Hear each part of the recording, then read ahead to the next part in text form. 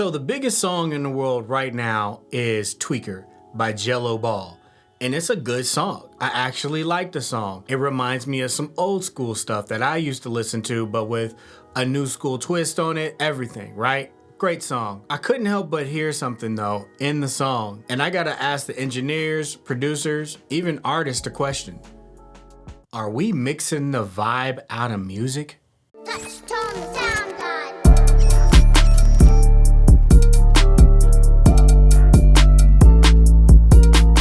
What's going on, everybody? Thanks for tuning in. It's your boy TouchTone DSG. Y'all know what it is. So I was listening to Tweaker by Gelo Ball, and it's arguably the biggest song in the world right now. And it's a great song. It's a good song. I know he's previewing other music, and you can kind of get the snippets from there. I couldn't help but notice something, and I posed the question, are we mixing the vibe out of music? Are we as engineers, are we as producers, are we doing too much with the music nowadays? And what I mean by it is when you typically do music the way that I do, the way that other artists do, the way that other engineers do, you typically listen to music with your engineer ears, with your artist ears, and you're kind of critical of it. That's just kind of the nature of the beast of the industry that we're in. So when I was listening to it, I couldn't help but tell that the mix was less than stellar. And that's just my opinion. I know, whatever, one guy has an opinion, crazy, get him.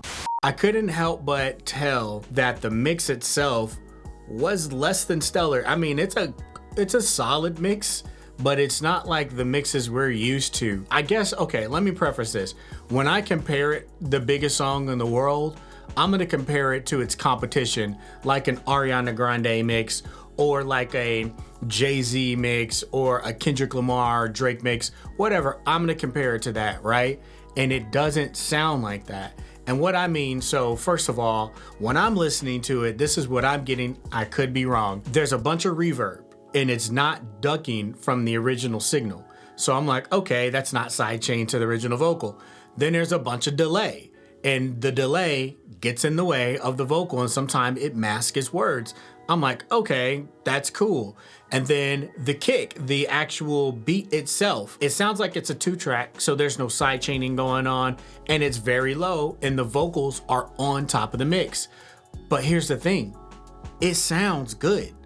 It sounds real good. It like fits Gelo. And so that's the question I have. It's like, as producers, as engineers, are we doing too much to the mix? Are we making it too clean? Are we mixing the vibe out of music? Because there's one thing you cannot deny about that song. It's a vibe. It's a real vibe. It kind of puts you in the mind of the old Cash Money stuff, the old Juvenile stuff. At least that's what I think. You listen to those records now, they're not the best mix records. I mean, maybe back then they were, but now with the advancements of technology, all the information that's out there now, I feel like that with those techniques and things that are out there, that music has progressed and it's become much louder, it's become cleaner, etc. And with that record, you're getting a particular type of sound. And I'm not sure if Gelo, if this is his first time working with this engineer or not, but whoever it is, keep him, because that's your sound. And that's what I want to stress here, is that Gelo has a sound. And so I've heard many people on the internet, across social media, say things like, oh man, this sounds like old Cash Money. Oh, let me pull out my flip phone and whatnot, because it sounds like that particular era. And that may be true. There may be some truth to that. But what I think it is also is that energy. It's that vibe. When you listen to that vibe of Juvenile, he was the first person with that vibe, and then you had people that tried to copy him. So therefore that sound became dated. So when people say, oh, that's a dated sound, you came along as an artist and you were so influential and so revolutionary in your sound, people tried to copycat you to make money. So therefore that sound kind of stuck for that time period, and people say it's dated. That's what I'm thinking, right? Like, because I hear beats now that have a boom bap feel, that have a boom bap sound, but don't sound like boom bap. It's not mixed like old boom bap, right? It's not mixed like that old sound. It might try to emulate that sound, but it doesn't. So that's when I say there's a difference between new boom bap and old boom bap. And once again, this is just my opinion. I know how y'all are on the internet. Y'all be coming for people's heads like, no, this is it. He's wrong. Well, I mean, hey, I may be wrong, but at least I want to start the discussion as mixers, engineers, artists, producers. Are we doing too much to the records? Because I've gotten sessions from other engineers and other producers, and it is a ton, and I mean a ton, of plugins on these sessions. And literally, when they send them to me to make them better, I take off over half those plugins. And it brings back this vibe, like this rawness that you just can't get when you process that stuff too much and you're trying to make it too clean and you're trying to sidechain this and, oh, this needs to be heard, let's automate this. I think there is beauty in the flaws. I really, really, really do. And with Gelo's record, when I hear it, it's a vibe, but there's, once again, engineer ears, there is some flaws that you hear.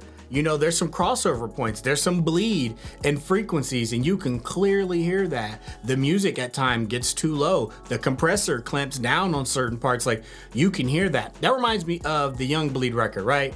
How you do that there. When you come in and then fly like an eagle, and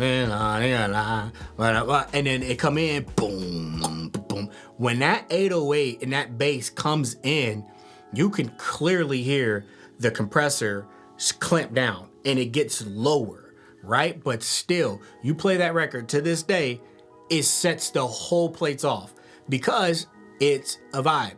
And are we mixing the vibe out of music? And I'm gonna go ahead and say yes, because I'm guilty. I've done it before.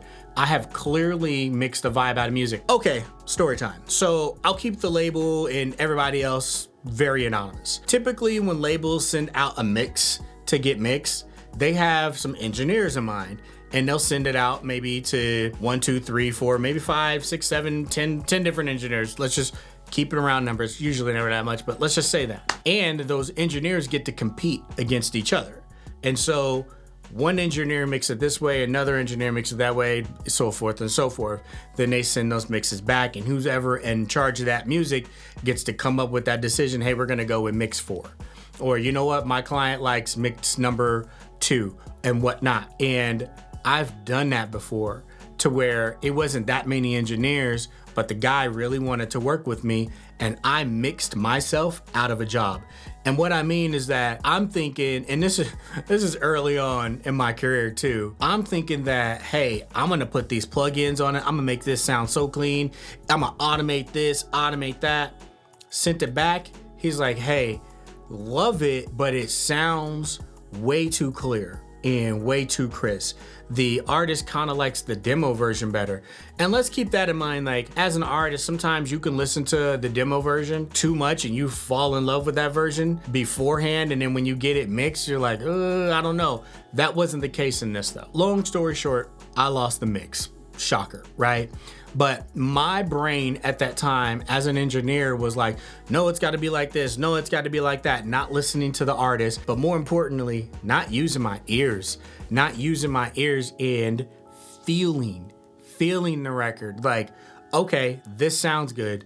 Rule of thumb, if it sounds good, it is good. Leave it alone. Don't touch it, just move on. I lost that mix, and now when I go back and listen to it, I can clearly see why I lost it. Listening to the original, there was a rawness there, there was a vibe there.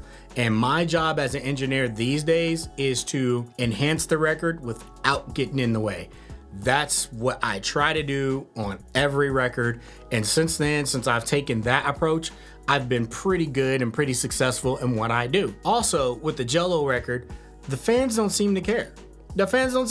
They bumping it. It's everywhere. So when I talk to other engineers and they're like, hey, you gotta do this, you gotta do that, oh, you gotta parallel this, you gotta parallel that. That may be true in some instances. And I think there is some music that calls for it, especially when you're competing against the top of the top, like the top 5%, the top 10%.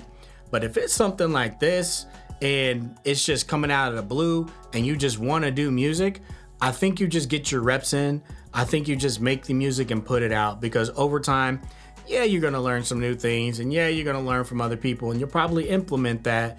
But the thing is make the music. At the end of the day, make the music. And I think if you make the music, everything else just falls into place. I used to think that, oh, I gotta learn everything before I start. No, and I think that's where a lot of us are. There's a lot of information on YouTube. There's a lot of good information on YouTube. There's a lot of bad information on YouTube and so forth and everything in between. But the thing is that you have to get your reps in. You have to make the music. You actually have to do things and put it out, and you'll be able to see your progression. Some people try to learn the whole subject matter before they even do things. And that even taught me things, because sometimes I got a bunch of beats, I got a bunch of stuff on my hard drive that sometimes I don't do anything with. And that actually inspired me to actually put out an instrumental album and dedicate it to MF Doom, rest in peace. So I say all of that to say this: as a community, let's not overthink this stuff, man. Let's just do the music, right? Let's just put it out and see what happens. Hey, you might score a $13 million deal like Gelo, 13 million, 11 million, it's something crazy like that. That's just my opinion on the matter. Let me know what you guys think in the comments below, what y'all think about it. I don't know, I could be wrong. Maybe that record is mixed to perfection, right? And I'm just hearing it wrong. I don't think so, but maybe that's right. I could tell you what, the recording sounded good. The actual source sounded pretty good. It's nice and sharp. But yeah, if you take away one thing from this video, let's just make the music. Let's just make the music. Let's leave all the technical stuff behind, especially if you're not competing to compete at the highest level, man. Make your music, do what you gotta do. Don't over mix the music. And most importantly, do not mix the vibe out of music, man. This is TouchTone DSG. Thanks for tuning in. Peace. TBR, baby. Thoughts become reality.